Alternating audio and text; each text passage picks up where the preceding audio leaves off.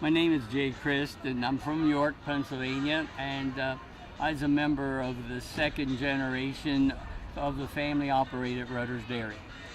Okay, well, with the trucks, we have 4 here on display, but really the start of the whole story was that I was interested in coming across the Divco mainly, but it could have been something else, for stand and drive, just for the sake of something we had in our company to remember personally about home delivery. When I went to my insurance company to say, okay, I got a 55 Divco, they didn't know what a Divco was, they didn't know stand and drive. They called Haggerty, and Haggerty the rep there didn't know.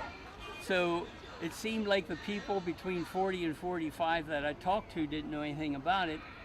And that really perked up my juices to try and find stand and drive trucks and preserve them.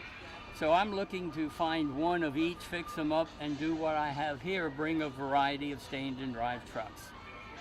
This is the second one I was at. We were there last year with my 1941 Divco Twin and my 56 black and white Divco. We had them on display out in Auburn. And this year I brought those 2 again, but I brought 3 other units. One is a 62 red Divco with a 4-cylinder engine, and that's a Model 10. And the other one is this 1936 Thorn gas electric. This isn't mine personally, but I've been involved with its restoration. My brother started it and got it mostly done, but I've taken it over from there and take it around and show it. It's convenient, it was noisy, but we had it for 18 years and then sold it. And then we sold it to Ruhl, RUHL Bakery in Harrisburg, Pennsylvania. They ran it for over 15 years, and then about 10, 15 years after that, my brother decided to see if he could find it. And I told him he was crazy, because he was not only looking for a needle in a haystack, he was looking for the needle in the haystack. After 4 years, one man came up to him one day and said, "I think I know where your truck is." And he said, "Where's that?" And it was behind his brother's chicken shed up in Elizabethville. And my brother went up with this man, and there it was.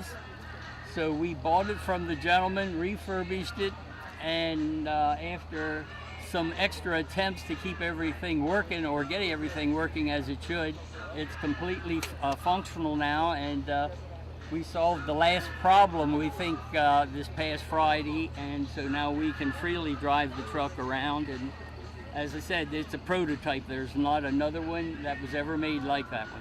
My dad bought it, and matter of fact, during the war, it was, I mean, you were limited on gas and tires and everything, and Dad picked Mom and I up and take us to church in the truck, and he'd deliver milk and come pick us up after church and take us home. So we lived in the trucks for transportation during the wartime, and that's how my brother got onto this one and really liked it and decided to look for it. Well, Divco is a multi-purpose or multi-stop delivery truck. This style in particular started in 1938, and it continued to 1986 when the company went into bankruptcy and made the last trucks.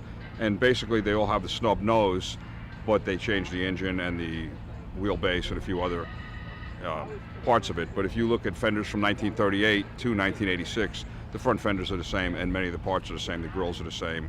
So it was a long-lasting design.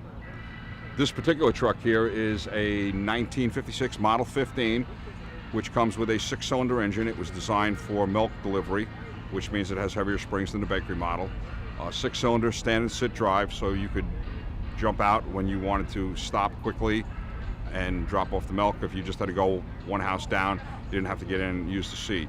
For longer distance, you could put the seat up and drive it. And it has controls for sitting and standing, so you could use the seat, and it has a set of controls up on a tow board, a brake, clutch, and gas pedal, and it also has a hand-controlled gas lever as you shift, or it has a pedal on the floor. So it's a very adaptable vehicle, and it was in production for a long time. There were many other competitors, and Divco outlasted them all.